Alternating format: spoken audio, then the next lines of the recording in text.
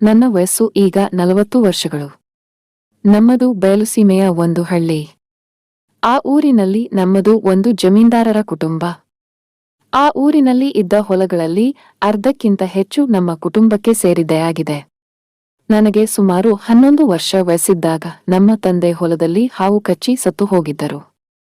ಅಂದಿನಿಂದ ನಮ್ಮ ಅಮ್ಮನೇ ಹೊಲದ ಕೆಲವೆಲ್ಲ ಹತ್ತಿರವಿದ್ದು ನೋಡಿಕೊಳ್ಳುತ್ತಿದ್ದಳು. ಹೊಲಗಳ ಜೊತೆಗೆ ಬಾಳೆ ತೋಟಗಳು, ಮಾವಿನ ತೋಟಗಳು ಇನ್ನೂ ಹೆಚ್ಚಾಗಿ ಇದ್ದವು ನಮಗೆ. 3 ಹೆಣ್ಣು ಮಕ್ಕಳ ನಂತರ ನಾನು ಹುಟ್ಟಿದ್ದರಿಂದ ನನ್ನನ್ನು ತುಂಬಾ ಮುದ್ದಾಗಿ ಬೆಳೆಸಿದ್ದರು. ನನ್ನ ಅಕ್ಕಂದಿರು ಎಲ್ಲರಿಗೂ ನಾನು ಅಂದ್ರೆ ತುಂಬಾ ಇಷ್ಟ. ಎಲ್ಲರೂ ನನ್ನನ್ನು ತುಂಬಾ ಅಕ್ಕರೆ ಮತ್ತು ಪ್ರೀತಿಯಿಂದ ನೋಡಿಕೊಳ್ಳುತ್ತಿದ್ದರು. ನನ್ನ ದೊಡ್ಡಕ್ಕ ಗಾಯತ್ರಿ ನನಗಿಂತ 10 ವರ್ಷ ದೊಡ್ಡವಳು. ನನಗೆ 12 ವರ್ಷಗಳು ಇದ್ದಾಗ ಮದುವೆ ಆಗಿ ಬೆಂಗಳೂರಿಗೆ ಹೊರಟು ಹೋಗಿದ್ದಳು. ಅವಳು ತುಂಬಾ ಎತ್ತರ ಇದ್ದಾಳೆ. ಸುಮಾರು 5.11 ಉದ್ದ ಇರ್ತಾಳೆ. ಬಂಗಾರದ ಹಾಗೆ ಹೊಳೆಯುವ ಬಣ್ಣವನ್ನು ಹೊಂದಿರುತ್ತಾಳೆ.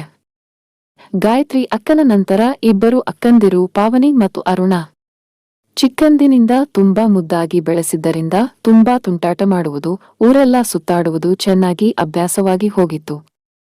ಏನೋ ಮಳೆಗಾಲದ ಓದು ಬಿಟ್ಟರೆ ನಮ್ಮ ಊರಿನಲ್ಲಿ ಓದಿಕೊಳ್ಳಲು ಒಂದು ಒಳ್ಳೆಯ ಶಾಲೆಯೂ ಇರಲಿಲ್ಲ. ನನಗೆ ವಯಸ್ಸು ಬೆಳೆಯುತ್ತಿದ್ದ ಹಾಗೆ ಹೆಣ್ಣು ಮಕ್ಕಳ ಮೇಲೆ ಕಾಮದ ಕೋರಿಕೆಗಳು ಬೆಳೆಯಲು ಶುರು ಆಯಿತು. ನಮ್ಮ ಹೊಲದಲ್ಲಿ ಕೆಲಸಕ್ಕೆ ಬರುವವರ ಹೆಂಡತಿಯರನ್ನು ಹಾಗೂ ಅವರ ಹೆಣ್ಣು ಮಕ್ಕಳನ್ನು ಮೆತ್ತಗೆ ಪಟಾಯಿಸಿಕೊಂಡು ಚೆನ್ನಾಗಿ ದೆಂಗುತ್ತಿದ್ದೆ. ಯಜಮಾನಿಯ ಮಗ ಆಗಿದ್ದರಿಂದ ಯಾರೂ ಏನೂ ಅಷ್ಟಾಗಿ ಹೇಳುತ್ತಿರಲಿಲ್ಲ. ಹಾಗಂತ ನಾನು ಯಾರನ್ನೂ ಫೋರ್ಸ್ ಮಾಡುತ್ತಾ ಇರಲಿಲ್ಲ.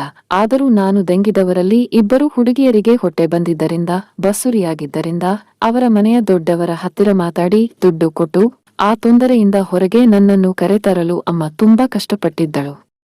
ಇನ್ನು ಅಸಲು ಕತೆಗೆ ಬಂದರೆ ಆಗ ನನಗೆ 19 ವರ್ಷ ವಯಸ್ಸು. ಒಂದು ದಿನ ನಮ್ಮ ದೊಡ್ಡಕ್ಕ ಗಾಯತ್ರಿ ಬೆಂಗಳೂರಿನಿಂದ ಬಂದಳು. ಒಬ್ಬಳೇ ಬಂದಿದ್ದಳು. ಜೊತೆಗೆ ಭಾವನವರು ಬಂದಿರಲಿಲ್ಲ. ಬಂದಾಗಿನಿಂದ ಅಳುತ್ತಲೇ ಇದ್ದಳು. ಏನಾಯ್ತು ಅಕ್ಕ ಅಂತ ಕೇಳಿದರೂ ಉತ್ತರ ಕೊಡುತ್ತಿರಲಿಲ್ಲ. ಬಹುಶಃ ಭಾವನವರ ಜೊತೆಗೆ ಜಗಳ ಮಾಡಿಕೊಂಡ ಬಂದಿದ್ದಾಳೇನೋ ಅಂದುಕೊಂಡೆ. ಮದುವೆಯಾಗಿ 7 ವರ್ಷಗಳು ಆಗಿದ್ದರೂ ಇನ್ನೂ ಮಕ್ಕಳು ಆಗದೇ ಇರುವುದರಿಂದ ಅವರ ಅತ್ತೆಯ ಮನೆಯಲ್ಲಿ ಚುಚ್ಚು ಮಾತುಗಳಿಂದ ನೋವು ಕೊಡುತ್ತಾ ಇದ್ದಾರೇನೋ ಅಂದುಕೊಂಡೆ. ಅಕ್ಕ ಏನೂ ಹೇಳದೆ ಇದ್ದಿದ್ದರಿಂದ ಸರಿ ಬಿಡು ಅಂದುಕೊಂಡು ನಾನು ಕ್ರಿಕೆಟ್ ಆಡಲು ಹೊರಟು ಹೋದೆ.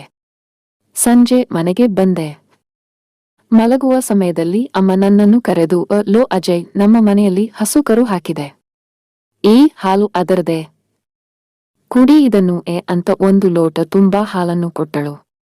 ನಮ್ಮ ಮನೆಯಲ್ಲಿ ಹಸುಗಳು ಇದ್ದರೂ ಶುದ್ಧ ಹಾಲು ಸಿಗುತ್ತಿದ್ದರೂ ಹಾಲು ಕುಡಿಯುವ ಅಭ್ಯಾಸ ನನಗೆ ಇರಲಿಲ್ಲ.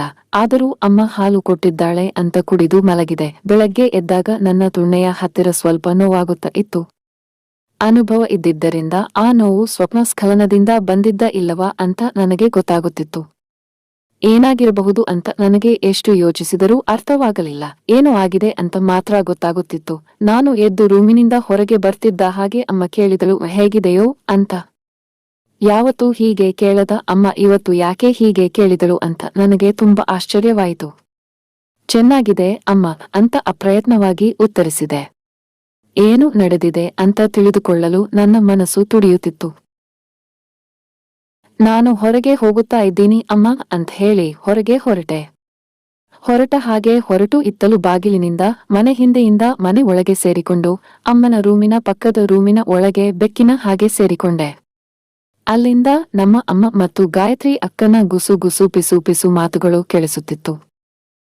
ಗಾಯತ್ರಿ ಅಕ್ಕ, ಅಮ್ಮ ಅವನಿಗೆ ಗೊತ್ತಾದ್ರೆ.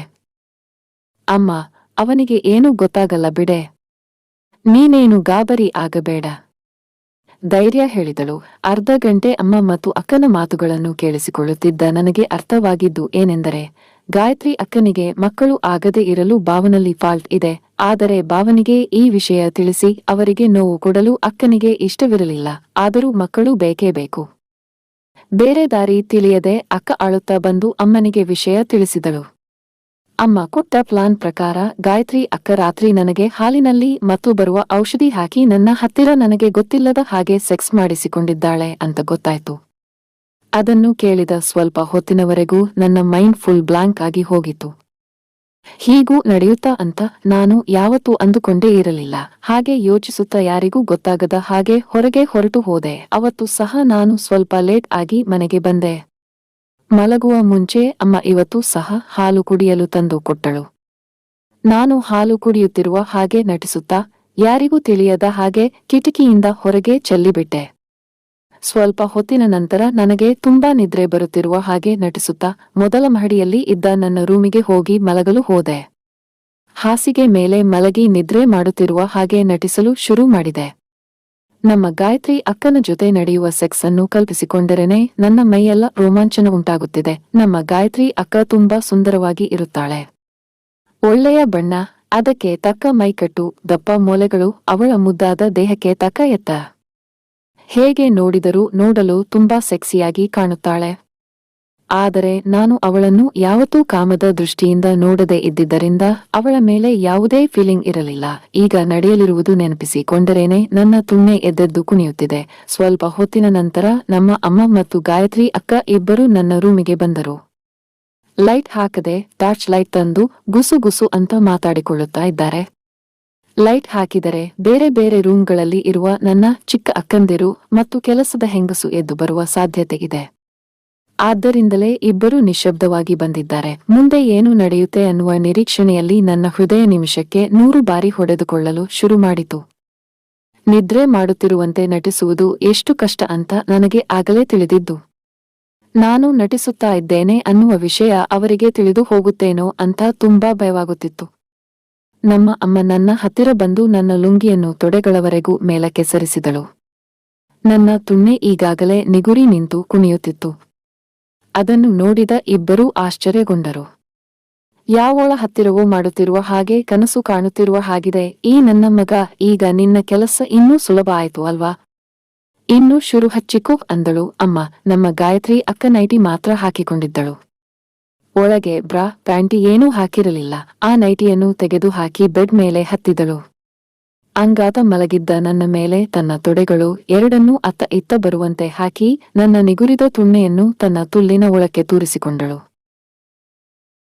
ಆದರೆ ಅಷ್ಟೊತ್ತಿಗಾಗಲೇ ತುಂಬಾ ಎಕ್ಸೈಟ್ ಆಗಿದ್ದ ನಾನು ಅಕ್ಕನ ತುಲ್ಲಿನ ಒಳಗೆ ನನ್ನ ತುಣ್ಣೆ ತೂರಿದ ಮೇಲೆ ಅವಳ ತುಲ್ಲಿನ ಬಿಸಿಯನ್ನು ತಾಳಲಾರದೆ ಹಾಗೆ ನನ್ನ ರಸವನ್ನು ಅವಳ ಒದ್ದೆ ತುಲ್ಲಿನ ಒಳಗೆ ಸರ್ಸರ್ ಅಂತ ಚಿಮ್ಮಿಸಿಬಿಟ್ಟೆ. ಅಕ್ಕನಿಗೆ ಸ್ವಲ್ಪ ನಿರಾಶೆ ಆಯ್ತು ಅನ್ಸುತ್ತೆ. ಅಕ್ಕ, ಅಮ್ಮ, ಇವನಿಗೆ ಇಷ್ಟು ಬೇಗ ಮುಗಿದು ಹೋಯಿತು. ಈಗ ಏನೇ ಮಾಡ್ಲಿ ನಾನು? ಅಮ್ಮ, ಒಂದು 10 ನಿಮಿಷ ಬಿಟ್ಟು ಮತ್ತೆ ಟ್ರೈ ಮಾಡೆ. ಅವನ ತುಣ್ಣೆ ನಿನ್ನ ಬಾಯಲ್ಲಿ ಇಟ್ಟುಕೊಂಡು ಚೆನ್ನಾಗಿ ಚೀಪುತ್ತಾ ಇರು. ಆಗ ಬೇಗ ಎದ್ದೇಳುತ್ತೆ. ಆದರೆ ಅಕ್ಕ ನಾಚಿಕೆಯಿಂದಲೋ ಅಥವಾ ಯಾವತ್ತೂ ಹಾಗೆ ಮಾಡದೆ ಇದ್ದಿದ್ದರಿಂದಲೋ ಏನೂ ನನ್ನ ತುಣ್ಣೆಯನ್ನು ಬಾಯಲ್ಲಿ ಇಟ್ಟುಕೊಳ್ಳಲಿಲ್ಲ. ತನ್ನ ಬಳಿ ಇದ್ದ ಟವಲ್ನಿಂದ ನನ್ನ ತುಣ್ಣೆಯನ್ನು ನೀಟಾಗಿ ಕ್ಲೀನ್ ಮಾಡಿದಳು.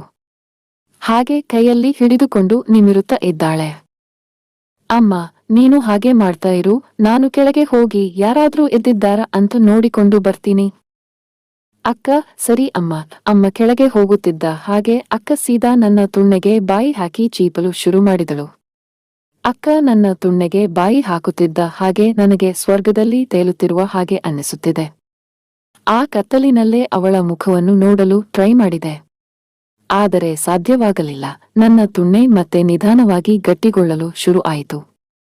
ಸ್ವಲ್ಪ ಹೊತ್ತಿಗೆ ನನ್ನ ತುಣ್ಣೆ ಫುಲ್ ಫಾರ್ಮ್ಗೆ ಬಂದು ಎದ್ದು ನಿಂತು ಕುಣಿದಾಡಲು ಶುರು ಆಯಿತು. ಅದನ್ನು ನೋಡಿದ ಅಕ್ಕ ಮತ್ತೆ ಎದ್ದು ನನ್ನ ಅತ್ತ ಇತ್ತ ಕಾಲುಗಳನ್ನು ಹಾಗೆ ಮತ್ತೆ ನನ್ನ ತುಣ್ಣೆಯನ್ನು ಅವಳ ಬಿಸಿ ತುಲ್ಲಿನ ಒಳಗೆ ತೂರಿಸಿಕೊಂಡು ತನ್ನ ಸೊಂಟವನ್ನು ಮೇಲೆ ಕೆಳಗೆ ಮಾಡಲು ಶುರು ಮಾಡಿದಳು. ಇದಕ್ಕೆ ಮುಂಚೆ ನಂದು ಸುರಿದು ಹೋಗಿದ್ದರಿಂದ ಈಗ ಏನೂ ತೊಂದರೆ ಇಲ್ಲದೆ ಹೆಚ್ಚು ಹೊತ್ತು ಮಾಡಲು ಸಾಧ್ಯವಿತ್ತು. ಹಾಯಾಗಿ ಮೇಲೆ ಕೆಳಗೆ ಮಾಡುತ್ತಿದ್ದ ಅಕ್ಕನ ತೊಡೆಗಳು ನನ್ನ ತೊಡೆಗಳಿಗೆ ತಗುಲಿದಾಗ ನನಗೆ ಸ್ವರ್ಗ ಸುಖ ಸಿಗುತ್ತಿದೆ. ಅವಳು ತನ್ನ ಸೊಂಟವನ್ನು ಮೇಲೆ ಕೆಳಗೆ ಮಾಡುತ್ತಿದ್ದರೆ ನಾನು ಕೆಳಗಿನಿಂದ ನನ್ನ ಸೊಂಟವನ್ನು ಎತ್ತೆತ್ತಿ ಅವಳಿಗೆ ಎದುರುತ್ತರ ಕೊಡಲು ಶುರು ಮಾಡಿದೆ. ನಾನು ಎದುರುತ್ತರ ಕೊಡಲು ಶುರು ಮಾಡಿದಾಗ ಅಕ್ಕ ಅನುಮಾನದಿಂದ ನನ್ನ ಕಡೆ ನೋಡಿದಳು. ನಾನು ಹಾಗೆ ಕದಲದೆ ಸುಮ್ಮನೆ ಆಗಿಬಿಟ್ಟೆ. ಅಕ್ಕ ಮತ್ತೆ ದೆಂಗಲು ಶುರು ಮಾಡಿದಳು. ಇನ್ನು ನನ್ನ ಕೈಯಲ್ಲಿ ತಡೆದುಕೊಳ್ಳಲು ಆಗದೆ ಸೊಂಟವನ್ನು ಎತ್ತೆತ್ತಿ ದೆಂಗಲು ಶುರು ಮಾಡಿದೆ. ಅದರ ಜೊತೆಗೆ ನನ್ನ 2 ಕೈಗಳನ್ನು ಅಕ್ಕನ ಸೊಂಟದ ಮೇಲೆ ಹಾಕಿ ಒತ್ತಿ ಹಿಡಿದುಕೊಂಡು ದೆಂಗಲು ಶುರು ಮಾಡಿದೆ. ನನ್ನ ಆಕ್ಷನ್ ನೋಡಿ ಅಕ್ಕ ಒಂದು ಕ್ಷಣ ಸ್ಟನ್ ಆದಳು. ಆದರೂ ಅವಳು ದೆಂಗುವುದನ್ನು ಮಾತ್ರ ನಿಲ್ಲಿಸಲಿಲ್ಲ. ನಾನು ಮೆತ್ತಗೆ ಅವಳ ಮೊಲೆಗಳನ್ನು ಹಿಡಿದುಕೊಂಡು ಹಿಸುಕಲು ಶುರು ಮಾಡಿದೆ. ಅವಳು ಏನೂ ಮಾತಾಡಲಿಲ್ಲ. ಅವಳ 2 ಕೈಗಳನ್ನು ನನ್ನ ಎದೆಯ ಮೇಲೆ ಇಟ್ಟುಕೊಂಡು ಸವರಲು ಹೇಳಿದೆ. ಅವಳು ನನ್ನನ್ನು ಅರ್ಥ ಮಾಡಿಕೊಂಡು ನನ್ನ ಎದೆಯನ್ನು ಸವರಲು ಶುರುಮಾಡಿದಳು. ನಾನು ನನ್ನ ಭಯವನ್ನು ದೂರ ಮಾಡಿ ಅಕ್ಕನ ಮೊಲೆಗಳನ್ನು ಗಟ್ಟಿಯಾಗಿ ಹಿಸುಕಲು ಶುರುಮಾಡಿದೆ. ಆ ಕತ್ತಲಿನಲ್ಲೂ ಸಹ ಅಕ್ಕನ ದಪ್ಪ ಮೊಲೆಗಳು ಬೆಳ್ಳಗೆ ಪೂರ್ಣ ಕುಂಭಗಳ ಹಾಗೆ ಹೊಳೆಯುತ್ತಿವೆ. 2 ಮೊಲೆಗಳ ಮೇಲೆ ಉದ್ರೇಕದಿಂದ ಕೈ ಹಾಕಿ ಮೊಲೆ ತೊಟ್ಟುಗಳನ್ನು ನಲುಗಿಸತೊಡಗಿದೆ. ಅಕ್ಕನ ಬಾಯಿಂದ ಆ ಆ ಅನ್ನುವ ಶಬ್ದ ಹೊರಬರಲು ಶುರು ಆಯಿತು. ನನ್ನ ತುಣ್ಣೆಯನ್ನು ಅಕ್ಕನ ತುಲ್ಲಿನಿಂದ ಹೊರಗೆ ತೆಗೆಯದೆ ಅಕ್ಕನನ್ನು ಕೆಳಗೆ ತಳ್ಳಿ ನಾನು ಅವಳ ಮೇಲೆ ಹತ್ತಿ ಟ್ರೆಡಿಷನಲ್ ಸ್ಟೈಲ್ನಲ್ಲಿ ದೆಂಗಲು ಶುರು ಮಾಡಿದೆ. ಅವಳ ಬಾಯಿಂದ ಬರುತ್ತಿದ್ದ ಮೂಲುಗಾಟವನ್ನು ಕೇಳಿ ಅವಳಿಗೆ ಈಗಾಗಲೇ 1 ಸಲ ಆಗೋಗಿದೆ ಅಂತ ಅರ್ಥವಾಯಿತು. ಅಕ್ಕ ನನಗೆ ಯಾವುದೇ ಅಭ್ಯಂತರ ಹೇಳಲಿಲ್ಲ. ಬಹುಶಃ ಅವಳಿಗೆ ಈ ಬೆಡ್ ಮತ್ತು ಅದರ ಮೇಲೆ ಅವಳ ಮೇಲೆ ನಾನು ಬಿಟ್ಟು ಬೇರೇನೂ ಅವಳಿಗೆ ನೆನಪಿಗೆ ಬಂದ ಹಾಗೆ ಇರಲಿಲ್ಲ. ಹಾಗೆ ಜೋರಾಗಿ 10 ನಿಮಿಷ ಕೇಯುವಷ್ಟರಲ್ಲಿ ನಮ್ಮ ಅಮ್ಮ ಮೇಲೆ ಬರುತ್ತಿರುವ ಶಬ್ದ ಕೇಳಿಸಿತು. ತಕ್ಷಣ ನಾನು ಕೆಳಗೆ ಮಲಗಿದೆ. ಅವಳು ನನ್ನ ಮೇಲೆ ಬಂದು ನನ್ನ ತುಣ್ಣೆ ಅವಳ ತುಲ್ಲಿನ ಒಳಗೆ ನುಗ್ಗಿಸಿಕೊಂಡು ಮೇಲಿಂದ ದೆಂಗಲು ಶುರು ಮಾಡಿದಳು. ಅಮ್ಮ, ಇನ್ನೂ ಆಗಿಲ್ವಾ? ಅಕ್ಕ, ಇನ್ನೂ ಇಲ್ಲ ಅಮ್ಮ. ಈಗ ಸ್ವಲ್ಪ ಹೊತ್ತಿಗೆ ಮುಂಚೆ ರೆಡಿ ಆದ. ಈಗ ಮಾಡ್ತಾ ಇದ್ದೀನಿ. ಅಮ್ಮ, ಸರಿ ಬೇಗ ಮಾಡು. ಹಾಗೆ ಅಕ್ಕ ಇನ್ನೊಂದು 10 ನಿಮಿಷ ನನ್ನನ್ನು ದೆಂಗಿದ ನಂತರ ನಾನು ಅಕ್ಕನ ತುಲ್ಲಿನ ಆಳಕ್ಕೆ ನನ್ನ ಮದನ ರಸವನ್ನು ಚಿಮ್ಮಿಸಿದೆ. ಈಗ ಆಯ್ತು ಅಮ್ಮ ಅಂತ ಹೇಳಿ ನನ್ನ ಮೇಲಿಂದ ಎದ್ದಳು ನನ್ನ ಮುದ್ದಿನ ಗಾಯತ್ರಿ. ಅಕ್ಕ ನನ್ನ ಮೇಲಿಂದ ಮೇಲಕ್ಕೆ ಏಳುವ ಮೊದಲು ಮುಂದಕ್ಕೆ ಬಗ್ಗಿ ನನ್ನ ತುಟಿಗಳ ಮೇಲೆ ಗಟ್ಟಿಯಾಗಿ ಶಬ್ದ ಬರದ ಹಾಗೆ ಒಂದು ಹಾಟ್ ಕಿಸ್ ಕೊಟ್ಟಳು. ಕತ್ತಲು ಇದ್ದಿದ್ದರಿಂದ ಅಮ್ಮನಿಗೆ ಏನೂ ಗೊತ್ತಾಗಲಿಲ್ಲ. ಆನಂತರ ಅಮ್ಮ ಅಕ್ಕ ಇಬ್ಬರೂ ನನ್ನ ರೂಮಿನಿಂದ ಹೊರಟು ಹೋದರು. ಮಾರನೇ ದಿನ ಬೆಳಿಗ್ಗೆ ಅಕ್ಕ ತಿಂಡಿ ತಿನ್ನುತ್ತಿದ್ದಾಗ ನಾನು ಅಕ್ಕನ ಕಡೆ ನೋಡಿ ನಕ್ಕಿದೆ. ಅಕ್ಕ ನಾಚಿಕೆಯಿಂದ ತಲೆ ತಗ್ಗಿಸಿದಳು. ಅದರ ನಂತರ ಅಕ್ಕನನ್ನು ನಮ್ಮ ಮನೆಯಲ್ಲಿ ತುಂಬಾ ಸಲ ದೆಂಗಿ ಅವಳ ತುಲ್ಲನ್ನು ತುಂಬಿಸಿದೆ. ಅವಳು ಬೆಂಗಳೂರಿಗೆ ಹೋದ ನಂತರವೂ ಅಲ್ಲಿಗೆ ಹೋಗಿ ಅವಳನ್ನು ಎಲ್ಲಾ ಆಂಗಲ್ನಲ್ಲಿ ಚೆನ್ನಾಗಿ ದೆಂಗುತ್ತಿದ್ದೆ. 1 ವರ್ಷ ಕಳೆಯುವಷ್ಟರಲ್ಲಿ ಅಕ್ಕನಿಗೆ ಒಂದು ಮುದ್ದಾದ ಗಂಡು ಮಗು ಹುಟ್ಟಿತು. ಅವನು ನನ್ನ ತುಣ್ಣೆಗೆ ಹುಟ್ಟಿದ ನನ್ನ ಸೋದರಳಿಯ. ಈಗ ನನ್ನ ಮುದ್ದಿನ ಗಾಯತ್ರಿ ಅಕ್ಕ ಅಮೆರಿಕಾದಲ್ಲಿ ಅವಳ ಗಂಡ ಮಗುವಿನ ಜೊತೆಯಲ್ಲಿ ಸಂತೋಷವಾಗಿ ಇದ್ದಾಳೆ. ಮುಗಿಯಿತು.